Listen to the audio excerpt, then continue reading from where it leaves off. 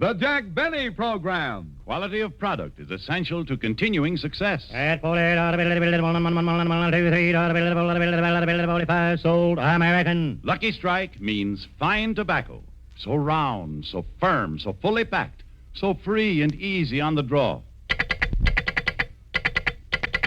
LSMFT, LSMFT, LSMFT. Yes, sir. Sure thing. That's right. Lucky Strike means fine tobacco, so round, so firm, so fully packed, so free and easy on the draw.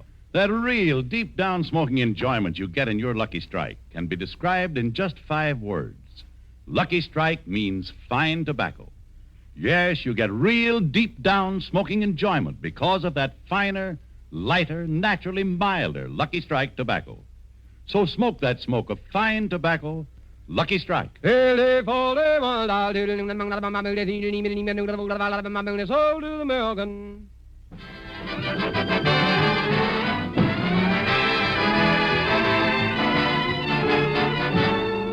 The Lucky Strike Program, coming to you from the Astor Hotel in New York City, starring Jack Benny, with Mary Livingston, Phil Harris, Rochester, Larry Stevens, and yours truly, Don Wilson.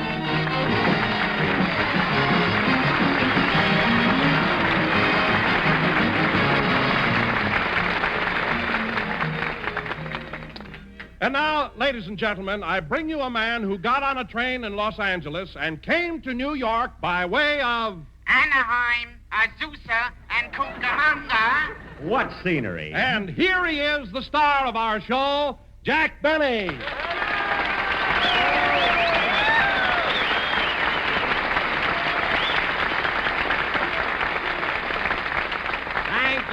Thank you. Hello again, this is Jack Benny talking, and Don, when I arrived in New York, now you won't believe this, but I got an official welcome. In fact, Mayor LaGuardia wanted me to be with him so much, he made me an honorary fireman. Gosh, what an honor it was to meet Mayor LaGuardia. There he was, dressed up in his fire hat and everything. And Don, when he shook hands with me, I was chilled. Jack, you mean thrilled? No, chilled. He stuck a cold nozzle in my hand.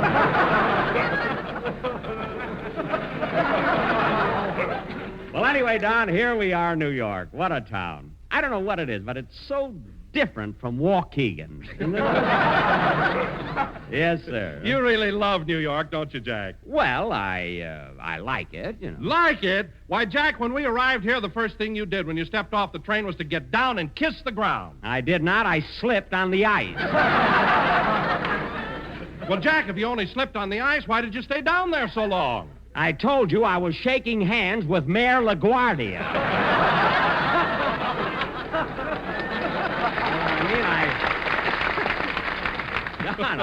I had to do it then. After all, who knows when I'm going to be down that way again.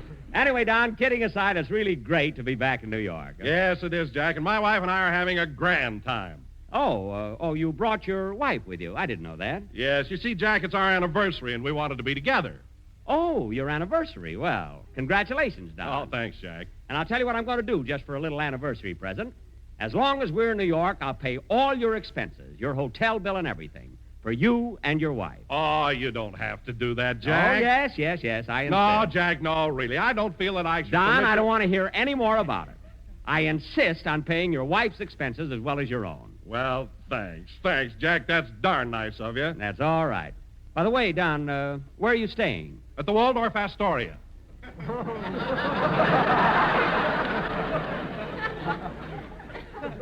Oh, the Waldorf Astoria. Yes, it's on Park Avenue. I know where it is, you big fat head.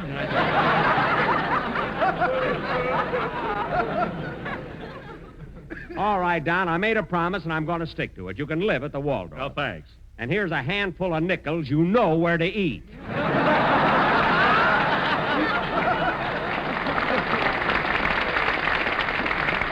I mean, there's no use standing in line for change. All right, folks, I know the temperature dropped a point, but Harris is here to heat up this joint. Hiya, fellas.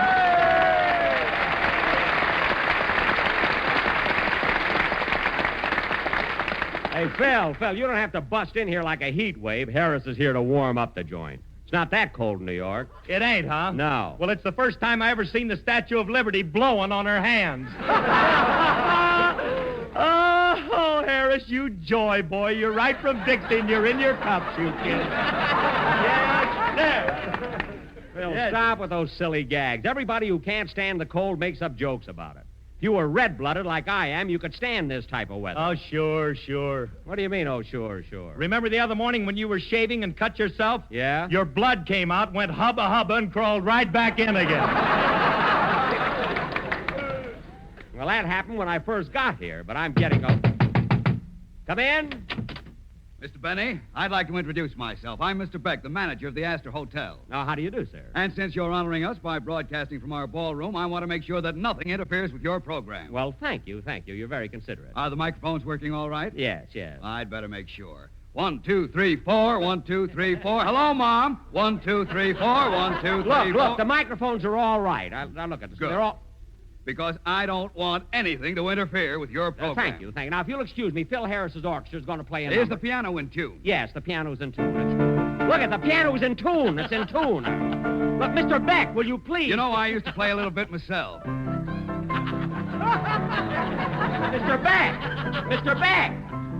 Beck! Believe me, everything is all right. Good, because I don't want anything to interfere with your program. I know. Everything is fine. Well, then, I'll be running along, and if there's anything you Look out! need... Look out for those steps! Mr. Beck!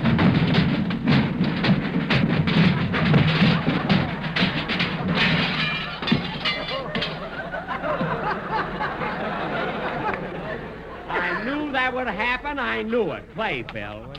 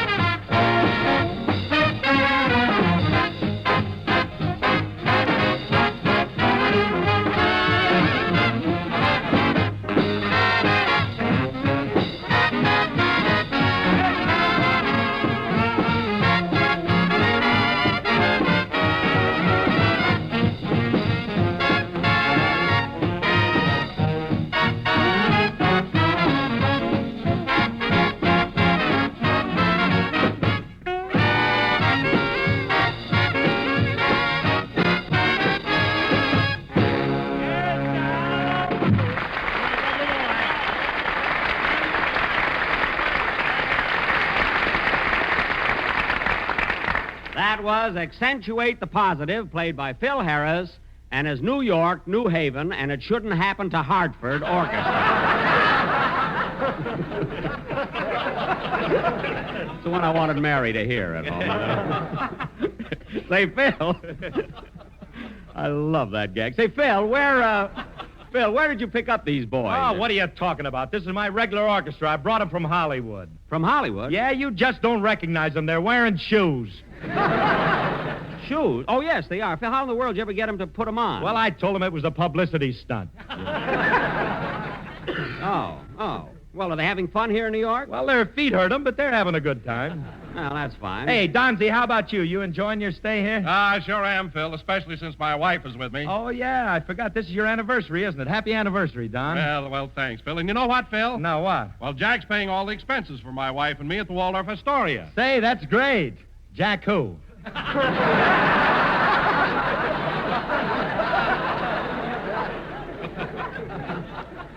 Jack me. That's Jack who. I'm paying all the expenses for Don and his wife while they're in New York. It was my own idea. It can't be the heat. It's cold here. All right, it's cold here. Oh, by the way, Phil, I saw you last night at Frank Fay's new show. Did you see it, Jack? Frank Fay? Not yet, Don. Well, don't miss it. He's a scream. I tell you, Jack, my sides still ache. Oh. Frank Frank Fay, huh? Yeah, you should have been there, Jackson. You know Don laughs louder at Frank Fay than he does at you. Oh, he does, eh? What else you see, Phil? Oh, I've seen a lot of shows. You know, I've been going to the theater every night. Frank Fay. I saw Bloomer Girl, I saw Laughing Room Only, Mexican Hayride, and then I saw Just thing a minute, called... Phil. Listen, Wilson, what's so funny about Frank Fay? Well, to tell you the truth, Jack, I think he's one of the greatest comedians I've ever seen. Oh, you do, eh? Yes, I do. Well, then get him to pay your wife's expenses at the Waldorf. I'm no sucker. Oh, Jackson, you don't expect Don to go to a show and not laugh at it, do you? No, but he doesn't have to keep raving about Frank Fay all the time. I wasn't raving about him. I just said I liked him. All right, you like him. That doesn't mean you have to go around telling people that I'm washed up. Then he is through, finished. Who said that? I can read between the lines, brother. Oh, what are you talking The minute about? he gets in town, he's got to go right over and see Frank Fay. Well, now, wait a minute, Jackson. He didn't When he say comes to that. the program, all he talks about, Frank Fay, Oh. Frank Fay, Frank Fay. Frank Fay, wonderful comedian. Ha! Well, what about I it? hear. Well, what about it? I see no reason for paying Mrs. Wilson's hotel bill. So, the deal's off, Don. Oh, boy, I wish I'd get out of my girdle that easy. Never mind the joke. You're here to do the commercial, and it's time we had one, so Well, go ahead Jack, with it. I should have mentioned this to you, but the sponsor told me that while we're in New York, he'd like a little variety on the commercials, so he's sending over a special announcer to do them. Oh, well, he'll probably show up. That's strange, bringing in another announcer. I wonder if... Hello, Mr. Benny. Oh, hello, Larry. How are you, Jim?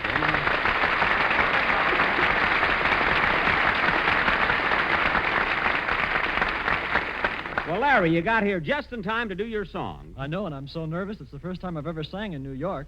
Well, I can understand how you feel, kid. Yeah, I'll never forget the first time I played my violin here in New York. I was just about your age, and I was just as nervous as you are. Well, you should have been with those Indians shooting those arrows at you.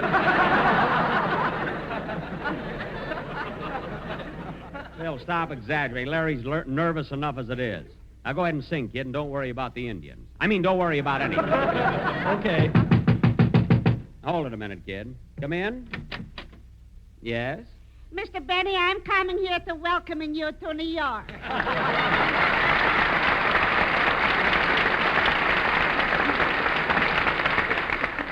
Yeah, why, it's Mrs. Nausbaum. I'm resembling maybe the Bloomer Girl.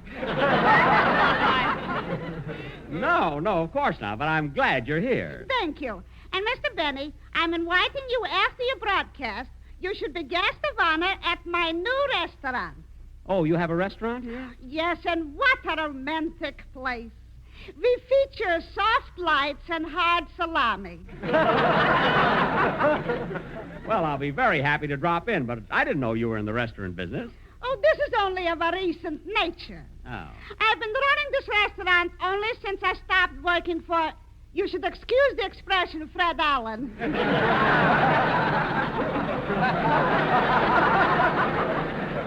I see. Not only is mine restaurant serving the best from delicacies, but we are also featuring a floor show which would make Herman Billingsley turn Greek with envy. Oh, you have a floor show, too? Yes, and for my featured attraction next week, I'm trying to get Frankie Boy. Oh. You mean Sinatra? Who else?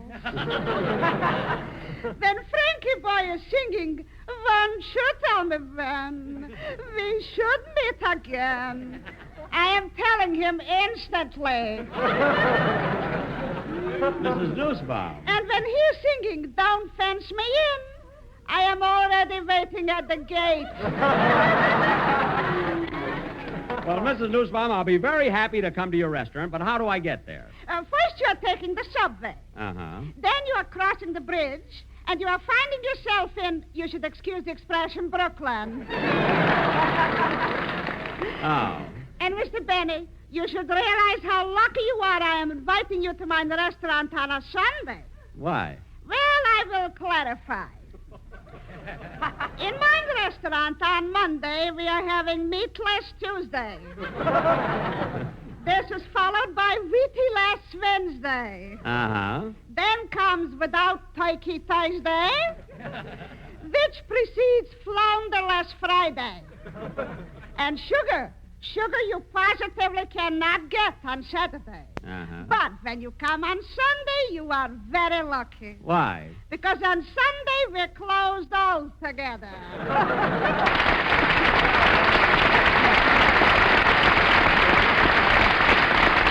Well, it was certainly nice seeing Mrs. Nausbaum again. All right, Larry, go ahead and sing. Oh, say, Mr. Benny, I meant to ask you, where's Miss Livingston?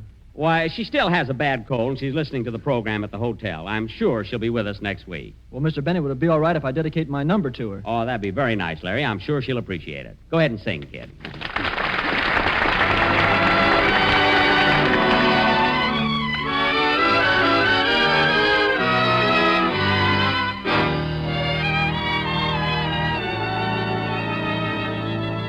The night is young and you're so beautiful. Here among the shadows, beautiful lady, open your heart. The scene is set, the breezes sing of it, and you get into the swing of it, lady. When do we start? When the lady is kissable and the evening is cool, any dream is permissible in the heart of a fool.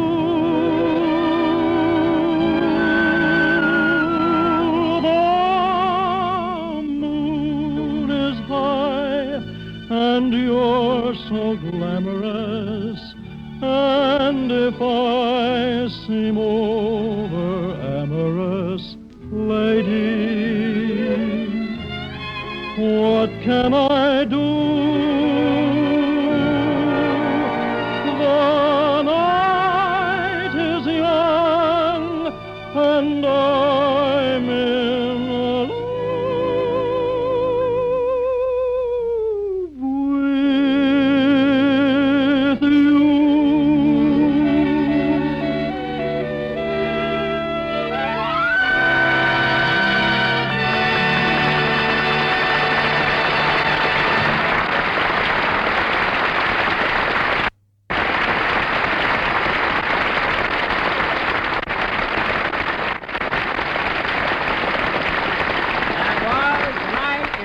And You're So Beautiful, sung by Larry Stevens, the Candy Bar Kid. And I'm sure Mary liked it, huh? Say, Larry, this is your first trip, Larry. This is your first trip to New York, isn't it, huh? Yes, Mr. Benny. Well, have you been anywhere? Have you seen any of the sights? Well, I went to Central Park and the Bronx Zoo. Oh. And yesterday, when I was walking along the street, I saw the Empire State Building. Oh, well, you know, that's the tallest building in the world, you know. I know. So I took an elevator and went all the way up to the top.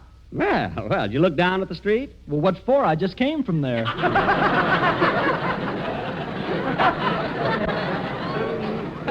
Calls for some kind of an answer there. Larry, the only reason people take the elevator to go up... Come in. Hello, everybody. Good evening, Mr. Benny.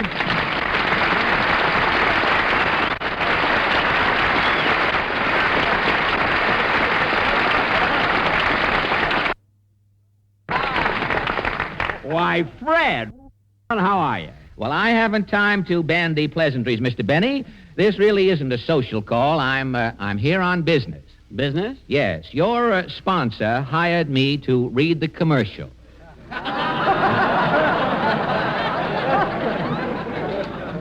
Oh, so you're the guy. But, Fred, I thought radio was through with... you were through with radio. Well, I haven't got my own program anymore, but I do odd jobs, a commercial here, a sound effect there, an occasional sob on John's other wife. And by that you managed to eke out a living? If it doesn't make you too unhappy, yes.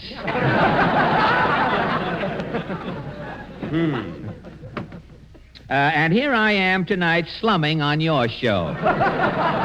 Slumming, for your information, Alan, my program is right up on top. on top. Listen, Benny, your program is so low, gravity will have nothing to do with it. And you won't find it in there. I called in a little writer who was going by on the street.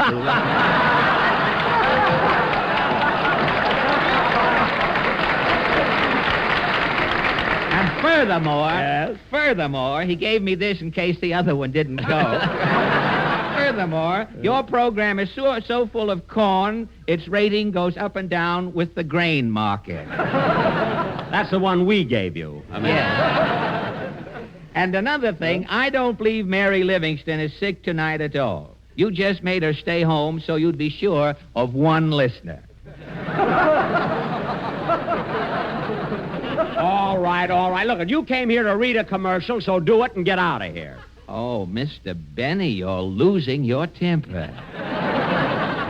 I am not losing my temper. Well, your forehead is getting red right up to the roots of your toupee.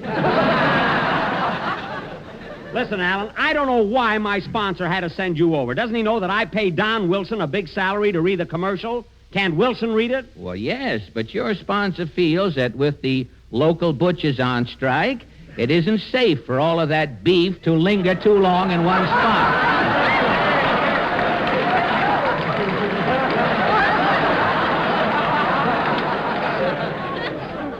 Well, then, all right, read the commercial and get out of here. All right. Well, now, you just step aside, Mr. Benny. I use big words and make gestures. I need a lot of room. Will you step back from the microphone?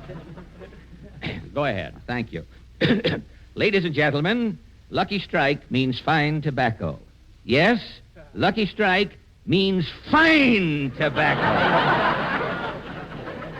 Click, click, click, click, click, click, click, click, click, click, click, click, click. Click, click, wait click. a minute. Wait. Are you doing a commercial or do you have lower plate wobble?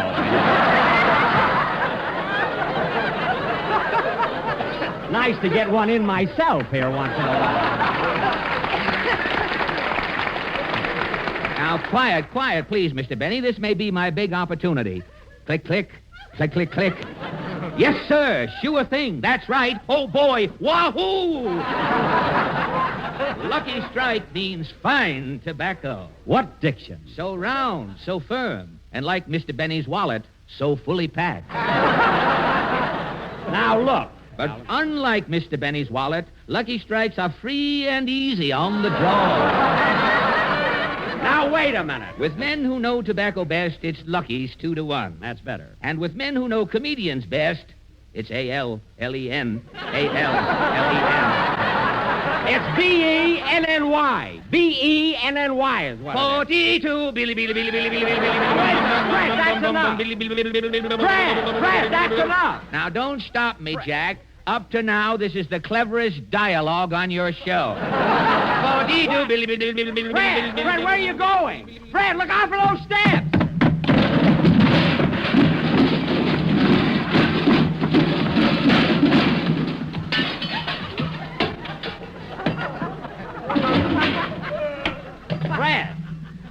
Fred, are you hurt? Fred, say something. Sold America.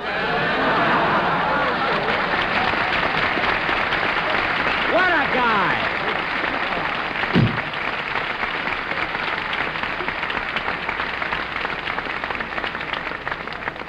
You know, Phil, I can't understand the sponsor sending a guy like that over here to do a commercial. Oh, I don't know, Jackson. Alan's a pretty sharp apple. You know, he was on Information Please. So what? I've been on with the Quiz Kids 3 times. Oh, Sharp yeah, apple. that's right. I remember the last time you were on with the Quiz Kids, you got Sword Slapperman. That's Kupperman. Oh. Joel Kupperman. I had a right to get sore at him. You know, because he used square root to figure out my age. And I wasn't supposed to... I'll get it. Hello? Hello, Mr. Benny.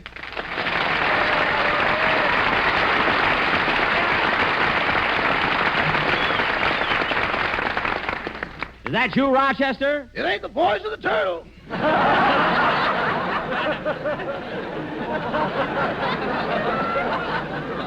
Rochester, where are you? I'm in Harlem. Well, why is it every time we come to New York, I have the same trouble with you? I didn't even see you when we got off the train. I jumped off the train when it passed 135th Street. Jumped off? Yeah, when I go to Harlem, I like to get a running start. Rochester, you got the keys to my trunk and you've been gone 4 days. I bet you're on some kind of a wild party. Oh, no, boss. No, I'm not. You're not, eh? Oh, no, sir. I'm here visiting my grandmother. You're what? My grandmother, she's 88 years old. 88 years old? Yeah, sweetest little old lady you ever saw. Well. Granny, pour me another cup of tea, will you, please? Now, Rochester. Just a minute, boss. Put an olive in it, honey.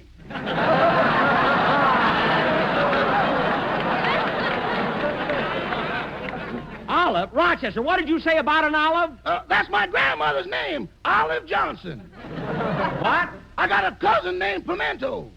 Rochester, you're not telling me the truth, and I just happen to remember that your grandmother lives in Los Angeles. Oh, that's the grandmother on my father's side. This is the one on my mother's side. What about the grandmother you said you had in Chicago? She joined the wax. There you are, Rochester. You got yourself all mixed up. You can't have 3 grandmothers. What'd you say, boss? I said you can't have 3 grandmothers. Are you sure? Of course. Okay. You'll have to get off my lap, honey. We ain't related.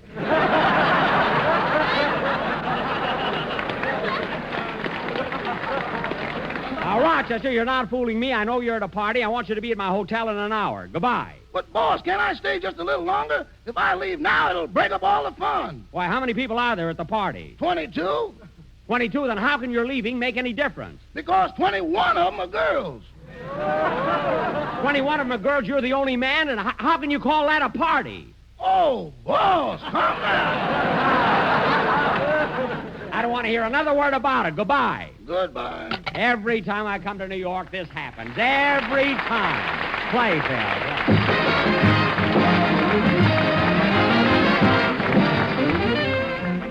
Jack will be back in just a minute, but first, here's my good friend L.A. Speed Riggs. I've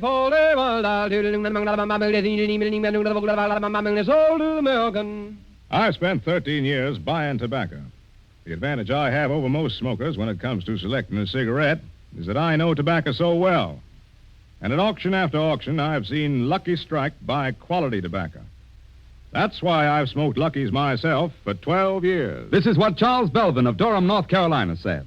And when a tobacco expert like Mr. Belvin gives eyewitness testimony as to who buys what tobacco, you know Lucky Strike means fine tobacco. Yes, Lucky Strike means fine tobacco. The famous tobacco auctioneers heard on tonight's program are Mr. F.E. Boone of Lexington, Kentucky. At 45, sold American. And Mr. L.A. Speed Riggs of Goldsboro, North Carolina. Sold American. Basil Rysdale speaking for Lucky Strike. LSMFT, LSMFT, LSMFT. You bet. And how? Lucky Strike means fine tobacco. So smoke that smoke of fine tobacco, Lucky Strike. So round, so firm, so fully packed, so free and easy on the draw.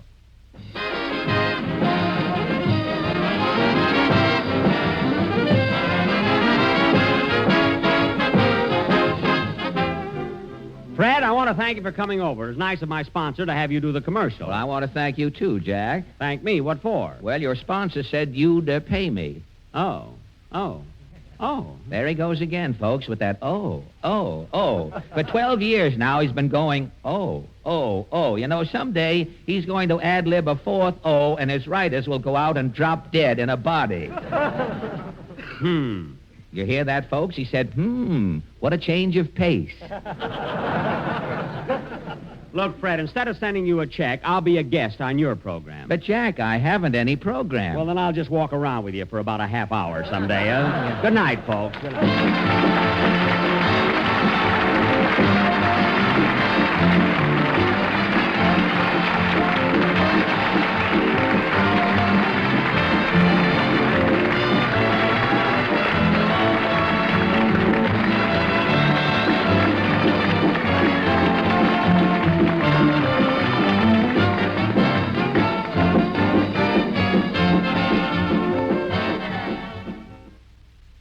This is the National Broadcasting Company.